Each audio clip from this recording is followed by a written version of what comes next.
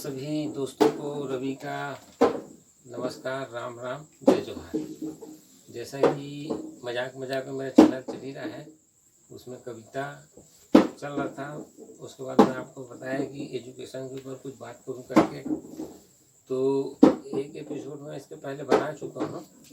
तो उसमें बात हुई थी कि हमारे एजुकेशन में ऐसा सिस्टम ही नहीं बना है अभी तक कि हम मालिक बन जाएं। उस एजुकेशन के हिसाब से हम नौकर ही बनेंगे। नौकरी मतलब नौकर। तो फिर बात ये हुई थी कि मालिक बना जाए तो कैसे बना जाए। तो मालिक बना जाए तो फिर कैसे बना जाए, उसके लिए मेरे पास एक मालिक बनना तो जरूरी मनोबल के ऊपर डिपेंड करता है कि हम मालिक बनना चाहेंगे कि नौकर बनना चाहेंगे। हमारे माता पिता हमको किस तरह प्रेरणा दे रहे हैं, हमारे टीचर हमको कौन सा रास्ता दिखा रहे हैं। नौकर बनने के लिए प्रेरित कर रहे हैं कि मालिक बनने के लिए प्रेरित किया जा रहा है, उसके ऊपर डिपेंड करता है।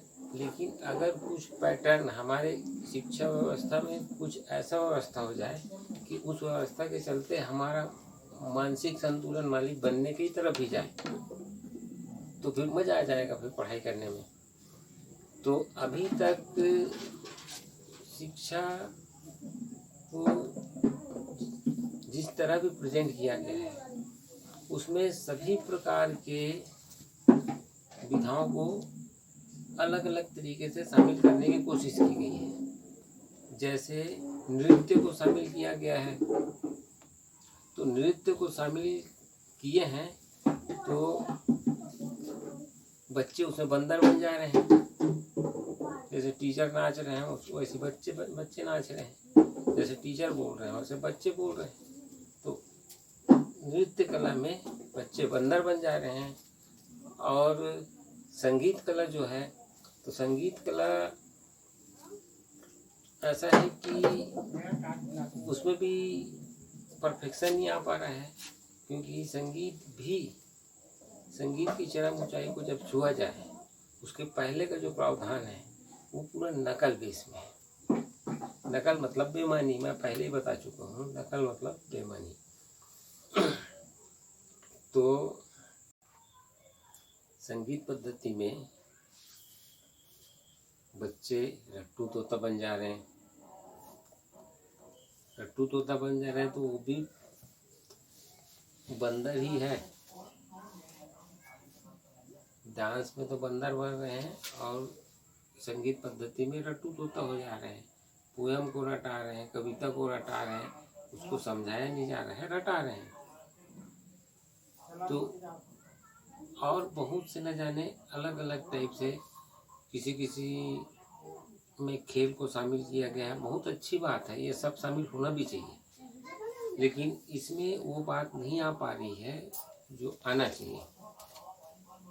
चित्रकला को भी शामिल किया गया है, ऐसी बात नहीं है कि नहीं शामिल किया गया है, लेकिन चित्रकला को लोग समझ ही नहीं पाए हैं और चित्रकला के नाम पे लोग नकल करवा रहे हैं, और नकल मतलब बेईमानी। तो मैं ये चीज़ इसलिए आपको बता रहा हूँ कि मैं जो शिक्षा पद्धति आपको बताऊँगा वो सीधा चित्रकला आधारित शिक्षा पद्धति रहेगा। ये बात हमेशा आप अपने दिमाग में बनाए रखना कि मैं जो भी शिक्षा पद्धति आपके सामने प्रेजेंट करूँगा वो चित्रकला आधारित शिक्षा पद्धति रहेगा। इसको जूम कर दो आप।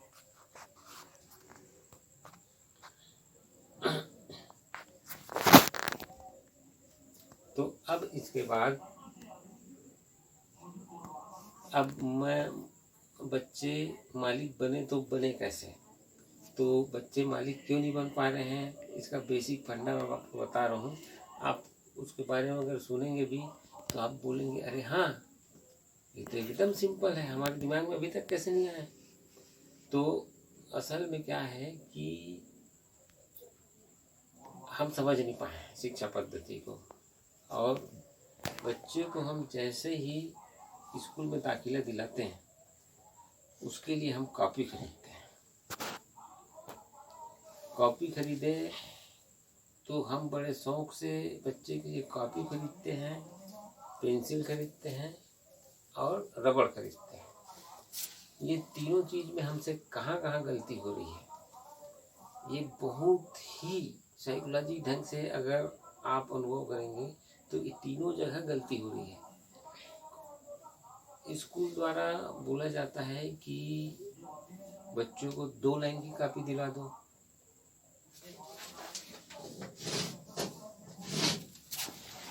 फिर बोला जाता है इंग्लिश के लिए बच्चे को 4 लाइन की कॉपी 3 लाइन की कॉपी दिला दो,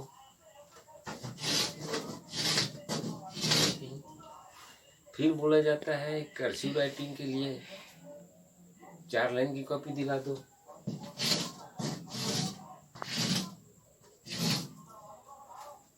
अब गणित का टीचर बोलता है कि बच्चे को खाने वाला कॉपी दिला दो।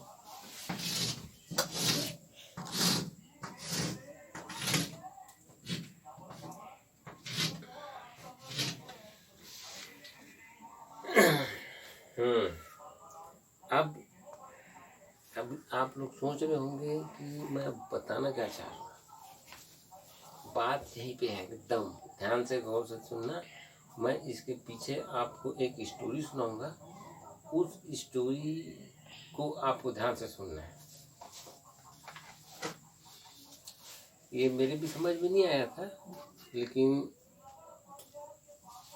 जब मैं शिक्षा के बारे में सोचने लगा तो बहुत सारी चीज़ें मेरे दिमाग में अपने आप आते गया। लेकिन वो अनुभव के द्वारा, मैं पहले एक प्राइवेट स्कूल में आर्ट टीचर के रूप में नौकर था। तो बोर्ड एग्ज़ाम होने के पहले 12th क्लास वालों को प्रैक्टिस के तौर में उनका एक होम एग्ज़ाम भी होता है सभी विषयों का। अब वो होम एग्ज़ाम बहुत बार हो सकता है, तो उस होम एग्ज़ाम में सब्जेक्टिव टीचर को ना रख के, उनकी ड्यूटी ना लगा के, एक्टिविटी टीचरों की ड्यूटी वहाँ लगाई जाती है।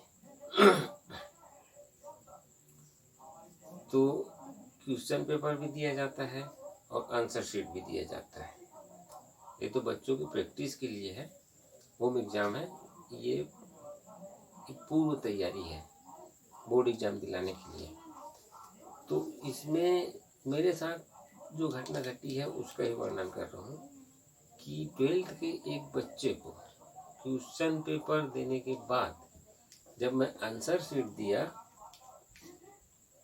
तो उस आंसर शीट में कभी कभी क्या होता है कि गलती से लाइन पूरा प्रिंट नहीं होता, आधे पेज पे प्रिंट रहता है और आधा पेज ब्लैंक रहता है। कभी कभी ऐसा होता है कि पूरा एक पेज ब्लैंक रहता है और दूसरे पेज में लाइन रहता है। तो किस्मत से उस 12th के बच्चों को इस टाइप सा आंसर शीट मिल गया। तो वो बच्चा क्या करता है, मेरे को बोलता है कि सर इस आंसर शीट के कागज़ में लाइन ही नहीं है और कुछ पेज तो ऐसा है जिसमें आधा लाइन है आधे में नहीं है, मैं इसमें नहीं लिख पाऊँगा, मेरे को आप दूसरा आंसर शीट दीजिए। तो इसमें कुछ परेशानी नहीं था, वो आंसर शीट मैं ले लिया, दूसरे आंसर शीट में उसको दे दिया जिसमें सभी लाइंस क्लियर था। अब इसमें मैं ये पाया कि 12th का बच्चा लाइन के ऊपर इतना निर्भर है कि बिना लाइन के वो लिख ही नहीं पा रहा है। 12th का बच्चा, समझ रहे हो, 12th मतलब 12 और 5 साल पहले का, तो 12, 5, 17, एक साल और जोड़ दे तो 18 साल मतलब कानूनन जवान। एक जवान बच्चा इतना हिम्मत नहीं जुटा पा रहा है कि बिना लाइन के वो लिख सके। वो लाइन के ऊपर इस कदर निर्भर हो चुका है कि उसको लाइन वाला ही कागज चाहिए। अब लाइन वाला कागज चाहिए, बिना लाइन के लिखने के लिए तैयार नहीं है, तो आप अनुमान लगाइए कि वो जीवन में ऐसा क्या काम करेगा, क्योंकि वो तो दूसरे के ऊपर निर्भर होने की आदत हो चुकी है ना। तो अपने ऊपर विश्वास कहाँ से पैदा करेगा? उसको तो लाइन चाहिए, हर जगह लाइन चाहिए, हर जगह लाइन चाहिए, बना बनाया लाइन चाहिए। चलने के लिए रास्ता चाहिए, अपने खुद से रास्ता बना ही नहीं पाएगा। तो अब हमारे शिक्षा पद्धति में ये होना चाहिए कि ये जो लाइन है, 2 लाइन, 3 लाइन, 4 लाइन और ये लाइन, इस लाइन को हटा देना है। इस लाइन को हटा देना है, इस लाइन की हमको ज़रूरत ही नहीं है। बच्चे को हम पूरा कॉपी दिला सकते हैं और हमको बच्चे के ऊपर विश्वास करना है। ये लाइन जो है अविश्वास का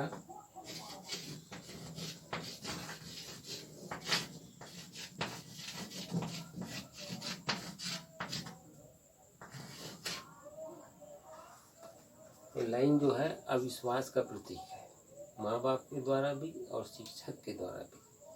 हमको इतना विश्वास ही नहीं है अपने बच्चों के ऊपर कि वो बिना लाइन के भी लिख सकता है। और लिखेगा भाई, हमको विश्वास करना पड़ेगा अपने बच्चे के ऊपर, वो बिना लाइन के भी लिखेगा और सीधा भी लिखेगा और अच्छा भी लिखेगा। तो हमारा विश्वास ही नहीं है अपने खुद के बच्चे के ऊपर, और उसके चलते हमें लाइन वाला कॉपी दिला रहे हैं। तो अभी छोटे बच्चे के ऊपर विश्वास नहीं है, और ये अब हम ये जानबूझ के नहीं हो रहा है ये घटना। ये शिक्षा व्यवस्था जो पहले जिसने बनाया होगा वो बड़ा प्लानिंग के साथ बनाया है कि छोटा बच्चे को भी डिपेंड कर दो किसी की, मतलब उसको आत्मनिर्भर होने ही नहीं देना है। अब मम्मी पापा भी चाह रहे हैं कि जितना ज़्यादा हो सके मेरे ऊपर निर्भर रहे। उसके बाद टीचर चाह रहे हैं कि मेरे ऊपर निर्भर रहे, और शिक्षा के नाम पे एजुकेशन सिस्टम चाह रहा है कि बच्चा लाइन के ऊपर डिपेंड रहे। अब लाइन के ऊपर डिपेंड रहेगा बच्चा तो अपने जीवन में क्या संघर्ष करेगा? वो तो लाइन ढूंढते ही रह जाएगा, और लाइन नहीं मिला मतलब वो भटक जाएगा। ये तो रही पहला गलती। तो हमको क्या चाहिए? अपने बच्चे को बिना लाइन वाला कॉपी देना है, अपने बच्चे के ऊपर विश्वास करना है, सब ठीक होगा। बच्चा बहुत समझदार है, हमको ऐसा लगता है बस कि हम ही ठीक है और हमारे हिसाब से बच्चा चलेगा। ये हमारा सोचना बिल्कुल गलत है। बच्चा बहुत समझदार है, उसको पहाड़ से भी उतारोगे बचपने से तो खड़ा पहाड़ को भी आसानी से चढ़ जाता है और उतर भी जाता है, उसको किसी सहारे की ज़रूरत नहीं पड़ती। यहाँ तो लाइन की बात है। बच्चे को बिना लाइन की कॉपी देंगे, वो बिना लाइन के भी लिखेगा और अच्छे से लिखेगा और सीधा लिखेगा और ऊपर चढ़ते हुए लिखेगा, ना कि नीचे उतरते हुए। अब लाइन के ऊपर लिखा जाएगा, लिख रहे हैं बच्चे तो लाइन के हिसाब से ही लिख रहे हैं, और बिना लाइन, इस लाइन को छोड़ना ही नहीं चाह रहे हैं बच्चे। ये बहुत ही सोचनीय बात है। तो आप सभी पेरेंट्स, टीचर्स और जो बच्चे देख रहे हैं वो बच्चे जितना जल्दी हो सके इस लाइन को छोड़ दो। इस लाइन को छोड़ना ही आत्मनिर्भर होने की शुरुआत है। तो ये लाइन, ये पहला गलती हो गया।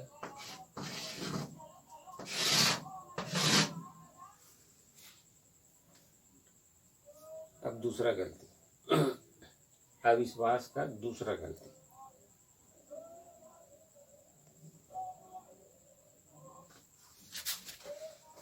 एक हो गया लाइन,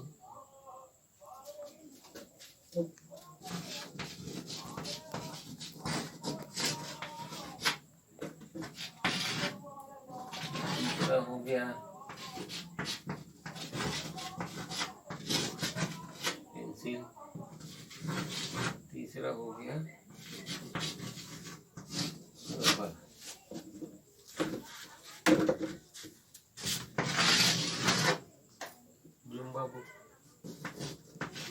वीडियो।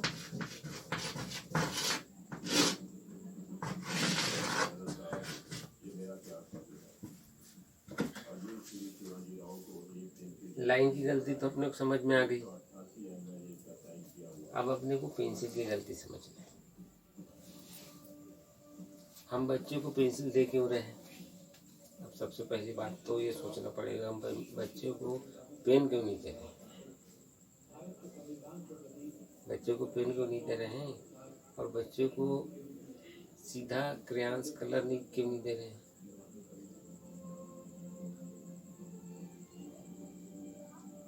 हमको अपने बच्चे के ऊपर विश्वास ही नहीं है कि बच्चा पेन में भी लिख सकता है।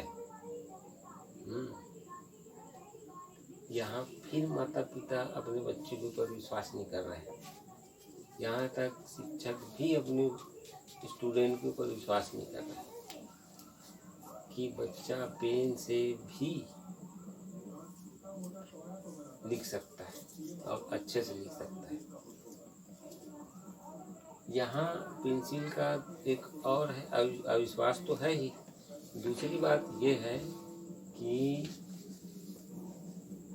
बच्चा गलती कर दे तो हम उसको मिटा दें रबड़ से। उसको रफ कार्य कराने के लिए पेंसिल दिया जा रहा है, रफ कार्य कराने के लिए, और ये रफ कार्य बहुत बड़ा गलती है साइकोलॉजी ढंग से। अभी शिक्षक जो है उसको गलती नहीं बोलेंगे, और जो इस पैटर्न से जो एजुकेशन हासिल कर चुके हैं और जो करा रहे हैं वो भी गलत नहीं बोलेंगे, लेकिन हो सकता है मेरे बोलने के बाद ऐसा लगे कि सही में गलत है करके। पेंसिल मतलब रफ कार्य, रफ कार्य मतलब गलत हुआ तो मिटा देना है।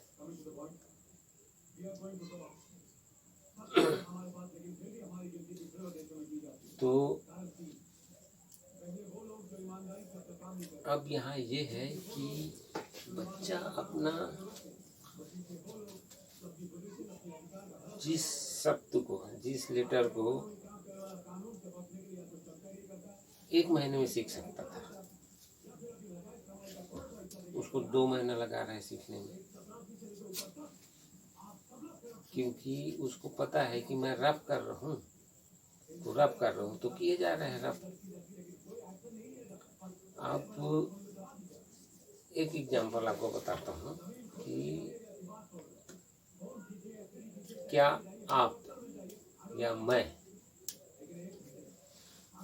एक दिन रफ जीते हैं और उसी दिन को दूसरे दिन फेर जीते हैं? ये क्या है? क्या क्वेश्चन मार्क है। क्या आप एक दिन रफ जीते हैं और उसी जीवन को दूसरे दिन फेर जीते हैं? क्या एक बार सांस हम रफ लेते हैं और उसी सांस को दूसरे बार फेर लेते हैं? हम अपने जीवन में रफ जैसा कुछ काम ही नहीं कर रहे हैं। प्रकृति में रफ वाला काम ही नहीं है, सीधा फेयर। और हम रफ बच्चों को रफ करवा रहे हैं। तो ये रफ कराने के चक्कर में उनका आधा जीवन बर्बाद हो रहा है। जो सेल्फ डिपेंड वो 1 महीने में हो जाएंगे ना, उसको 6 महीने लगा रहे हैं। लेकिन मतलब एग्जाम्पल बता रहा हूँ, सेल्फ आत्मनिर्भर होने के लिए हो सकता है 18 साल लगता हो, तो बच्चा रफ कर करके वो उसको 20 साल 25 साल और 30 साल लगा रहे हैं। हम उसको फेयर करने का मौका ही नहीं दे रहे और विश्वास ही नहीं कर रहे हैं कि वो पेन से लिख पाएगा करके।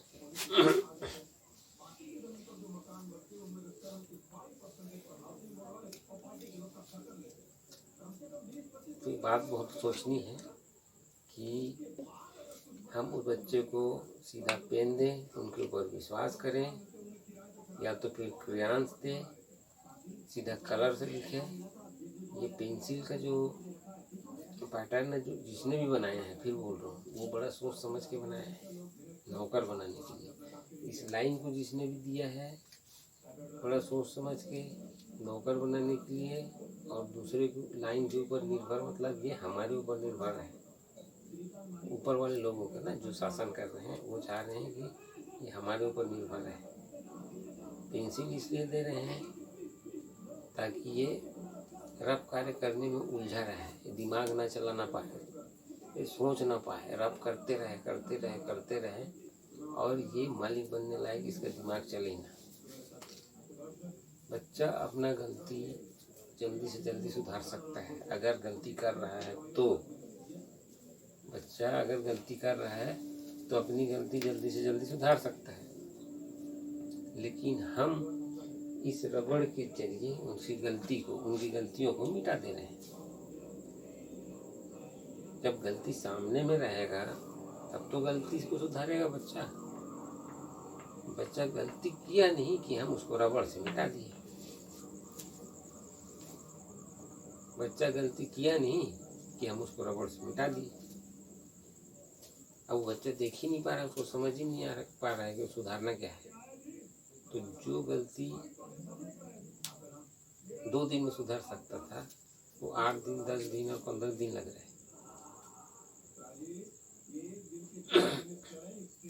तो शुरू के ये जो 3 गलती है, ये गलती ही सुधर जाए तो हम आत्मनिर्भर की ओर आगे बढ़ जाएंगे, नौकर से मालिक की ओर आगे बढ़ जाएंगे। तो अगर मेरी ये बात आप लोगों को समझ में आ गई होगी तो अच्छी बात है, और नहीं तो और दूसरे तरीके से समझाने की कोशिश करूँ, जो कि मेरा वीडियो लगातार आते रहेगा। और मैं आपको एक चीज़ के लिए माफ़ी मांगना चाहूँगा। माफ़ी भी मांगना ऐसा है कि मैं अभी गांव में हूँ।